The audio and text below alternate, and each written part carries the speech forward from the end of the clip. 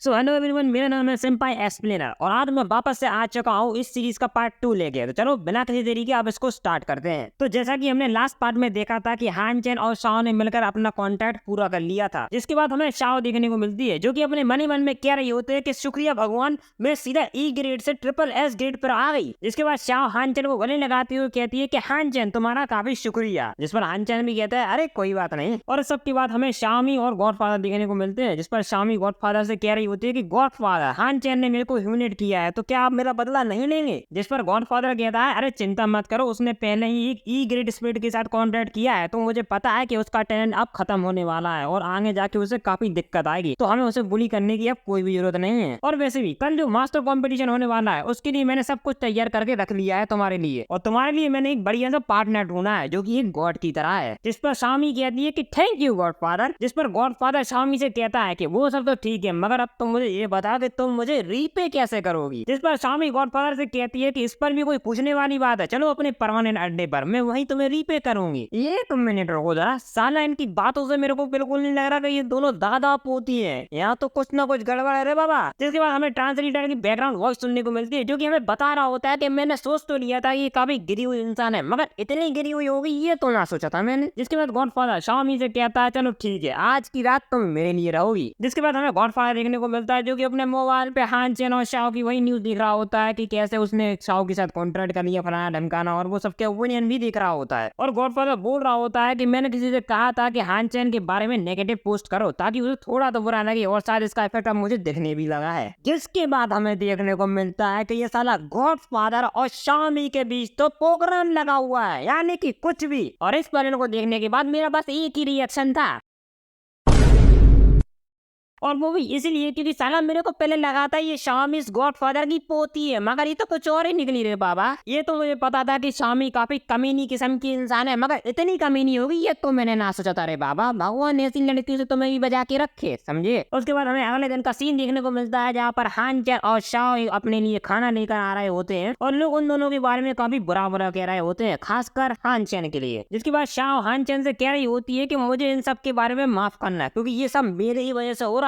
जिसके बाद हान चैन शाओ की सर पर हाथ धरते हुए कह रहा होता है कि अरे माफी मांगने की कोई जरूरत नहीं है, जो सब हो रहा है होने दो, उन्हें जो कहना है कहने दो, तुम तो अपने खाने पर ध्यान दो। और हाँ, खाने को अच्छी तरह से खाना, क्योंकि जब भी हम अपना स्पिरिचुअल कॉन्टेंट करेंगे तो तुम्हें मेरे पीछे रहना है, तो तुम्हें एनर्जी की सख्त जरूरत पड़ेगी। जिसके बाद शाओ हान चैन से कहने लगती है कि ठीक है मैं अच्छी तरीके से खाऊंगी, मगर तभी कोई हान चैन के पीछे आकर हान चैन से कह रहा होता है अबे सुन, क्या तेरा नाम हान चैन है। और जैसे ही हान चैन पीछे मुड़ के देखता है तो हमें देखने को मिलता है एक बंदा, और ये साली कमीनी शाओमी। जिसके बाद हमें इस बंदे का नाम पता पड़ता है जो कि होता है वांग। और वांग हान चैन से कह रहा होता है कि अभी मैंने बाहर कुछ लोगों से सुना है कि तेरे पास ट्रिपल एस लेवल की जीनियस पावर है, मगर मुझे नहीं लगता कि तू इन सब में अच्छा भी होगा। मगर हान चैन उससे कहने लगता है अबे तू कौन है बे। जिस पर वो बंदा बताता है कि मेरा नाम है वांग लिम्बो और मैं शाओमी का न्यू स्पिरिट कॉन्ट्रैक्टर हूँ। जिसके बाद हान चैन हंसते हुए कह रहा होता है क्या कहा वांगिन। जिसके बाद वांग काफी गुस्से में कह रहा होता है अबे सुन, तू मेरे ऊपर हंस क्यों रहा है बे। जिस पर हान चैन कहने लगता है तो मुझे माफ करना, मैं कुछ फनी सोचने लग गया था। मगर तभी वहाँ पर शाओमी आ जाती है और वांग का हाथ अपने संतरों के ऊपर रखते हुए कह रही होती है वांग अपने आप को हान चैन के सामने छोटा दिखाने की कोशिश बिल्कुल मत करो, वैसे भी ये एक लड़की की खूबसूरती में आकर अपने स्पिरिट को बर्बाद करने वाला है और आगे जाके इसे खुद पता पड़ जाएगा कि ये कैसा एक यूजलेस कॉन्ट्रैक्ट मास्टर होने वाला है, और वैसे भी कंपटीशन स्टार्ट होने वाला है, तो चलो हम वहाँ पर चलते हैं। जिसके बाद वांग हान चैन से कहने लगता है अबे तू बस मेरे लिए वेट कर, मैं तेरे को देख लूंगा। उसके बाद हमें अरीना का सीन देखने को मिलता है जहाँ पर एक प्रोफेसर आकर सभी बच्चों से कह रहे होते हैं कि डियर स्टूडेंट, जो ये कॉम्पिटिशन है वो अब स्टार्ट होने वाला है और इस टेस्ट में काफी डिफरेंट टाइप की डिफिकल्टी लेवल होंगे, और जैसे ही तुम उस लेवल को पास कर लोगे तो तुम क्वालिफाई हो जाओगे अगले लेवल के लिए। तो चलो बुलाते हैं अपने पहले पेयर को जो कि होने वाले हैं शामी और वांग। और अरीना में आने के बाद शामी और वांग के सामने एक बड़ा सा गेट खुलता है और उस गेट में से निकलता है काफी बड़ा मॉन्स्टर जिस पर लिखा होता है डिफिकल्टी लेवल 7 अ ब्लैक माउंट बग। उसके बाद वांग शामी से कहता है कि समय स्टार्ट हो चुका है तो चलो शुरू करते हैं। जिसके बाद वांग उस मॉन्स्टर पर काफी बुरी तरीके से अटैक कर देता है और उसके बाद वो मॉन्स्टर काफी बुरी बहुत मारा जाता है। जिसके बाद जो लोग ऑडियंस में बैठे रहते हैं वो यही कह रहे होते हैं कि ये होती है एक S great talent spirit content master की पावर, ये कितना पावरफुल बंदा है यार। जिसके बाद हमें एक रूम दिखाया जाता है जहाँ पर सारे सीनियर लोग बैठे रहते हैं और उनमें से एक अंकल कह रहे होते हैं कि इस बंदे ने तो भाई साहब एक ही बार में उस मॉन्स्टर को खत्म कर दिया, काफी ताकतवर लौंडा लगता है ये। जिसके बाद हमें एक बंदा दिखाया जाता है जिसका नाम होता है वांग क्वेंग जो कि हेड होता है फर्स्ट डिस्ट्रिक्ट का। जिसके बाद ये बंदा कह रहा होता है कि टीचर ये लोग तो काफी स्ट्रगल कर रहे हैं, एक ब्लैक माउंट बग को मारने के लिए। मुझे नहीं लगता कि ये एक ग्रुप ऑफ लेबर्स जाना कुछ बन पाएंगे। जिसके बाद हमें वही टीचर देखने को मिलते हैं जो कि उसी बंदे को मारते हुए कह रहे होते हैं कि मैंने तेरे को कितनी बार समझाया है कि तू ये नॉनसेंस सी बातें मत करा कर, अगर तू करेगा तो अगली बार मैं तेरे को यहाँ से बाहर निकाल दूंगा। जिस पर वो बंदा कहता है कि मुझे माफ कर दिए टीचर, मैं आगे से ऐसा नहीं करूंगा। जिसके बाद हमें एक और नया कैरेक्टर देखने को मिलता है जिसका नाम होता है लिन, और ये पर्सनल इंचार्ज है सेकंड डिस्ट्रिक्ट का। जिसके बाद लिन कह रहा होता है कि एक एस ग्रेड की स्पीड मास्टर होने के बावजूद भी उसने एक ही बार में उसे मार दिया, मगर फिर भी वो अभी भी 20% वीक है। और मुझे ऐसा भी लगता है कि इन दोनों के बीच जो अभी कॉन्ट्रैक्ट हुआ है ना, उसके बीच अभी भी सेल्फ डिसिप्लिन की काफी कमी है, जो आगे जाके इन्हें काफी दिक्कत भी दे सकती है। जिसे सुनने के बाद गॉडफादर की तो भाई सब पसीने छूट गए होते हैं। इसके बाद हमें अरीना का सीन देखने को मिलता है जहाँ पर अनाउंस हो रहा होता है कि कांग्रेचुलेशन बोथ ऑफ यू, तुम दोनों ने बेटर डिफिकल्टी 7th लेवल को पास कर लिया है। और वहाँ एक और अनाउंसमेंट होती है कि तुम दोनों ने मिलकर जो क्वांटम एकेडमी का प्रीवियस 6 लेवल का रिकॉर्ड था उसे भी तुम दोनों ने तोड़ दिया है। जिसके बाद लोग वहाँ पर कहने लगते हैं अबे सुन, तेरे को क्या हानचन के बारे में कुछ पता है? जिस पर दूसरा बंदा कहता है क्या वो लूजर जिसने अभी अभी विकास से ई लेवल स्पीड के साथ कॉन्ट्रैक्ट किया है, तनक रुक जाए यार, थोड़े टाइम में हमें उसके एक्सप्रेशन देखने को मिल जाएंगे। जिसके बाद वही बंदा कह रहा होता है कि हाँ मुझे घबराने की कोई जरूरत नहीं है क्योंकि अगला नंबर हानचन का ही है और मैं उसकी परफॉर्मेंस को देखना चाहता हूँ। जिसके बाद प्रोफेसर सभी के सामने कह रहा होता है तो चलो बुलाते हैं हमारे अगले पेयर को, हानचन और शाओ यूवेन, जल्दी से स्टेज पर आ जाओ। और जैसे ही हानचन और शाओ उस गेट के पास पहुंचते हैं तो हानचन थोड़ा चौंक जाता है क्योंकि उस गेट में से निकलते हैं टेस्ट डिफिकल्टी लेवल 1 10 ब्लैक माउंट बग। जिस पर हानचन कह रहा होता है क्या 10, और वहाँ पर शाओ भी कहने लगती है कि यहाँ 1 मिनट रुको जरा, यहाँ कुछ तो गड़बड़ है क्योंकि यहाँ पर डिफिकल्टी लेवल तो 1 है मगर यहाँ पर ये 10 कैसे आ गए। और इस सब नजारे को देखने के बाद वहाँ पर बैठे लोग कह रहे होते हैं कि क्या अवश्य पागल हो गए, मगर कुछ भी हो मजा तो काफी आने वाला है। और दूसरा बंदा वहाँ कहने लगता है कि हानचन ये डिजर्व भी करता है क्योंकि उसी ने एक ई लेवल जैसी कॉन्टेस्ट स्पीड को चॉइस किया था, और ये सब होने के बाद मुझे पक्का पता है कि वो हारने वाला है। अब देखते हैं कि आगे क्या होगा और हानचन इसे कैसे संभालेगा। जिसके बाद वो प्रोफेसर सभी को बता रहा होता है कि जो टेस्ट डिफिकल्टी लेवल है वो तुम्हारी पावर्स के ऊपर निर्भर करती है, और वैसे भी हानचन एक ट्रिपल एस लेवल का टैलेंट है तो उसको दूसरों से 10 गुना ज्यादा कंपटीशन मिलेगा। जिसके बाद प्रोफेसर अपने मन ही मन में कह रहा होता है कि हानचन मुझे माफ करना है, मगर गॉडफादर ने मुझे धमका दिया था ये सब करने के लिए, मुझे लगता है कि तुमने इसमें गलत पर्सन से पंगा ले लिया है। और वो सारे के सारे मॉन्स्टर हानचन पर अटैक कर देते हैं और इसी के साथ ये चैप्टर यहाँ पर खत्म हो जाता है। और हाँ, ध्यान से इस वीडियो को लाइक कर देना और चैनल को सब्सक्राइब भी कर देना ध्यान से यार प्लीज। और अगर तुम चाहते हो कि इस सीरीज को मैं कंटिन्यू करूँ तो कमेंट सेक्शन में पार्ट 2 जरूर लिख देना, मैं समझ जाऊंगा और इसके आगे पार्ट जल्दी से जल्दी बनाने की कोशिश करूंगा। तो मिलते हैं अगली वीडियो में, तब तक के लिए बाय बाय।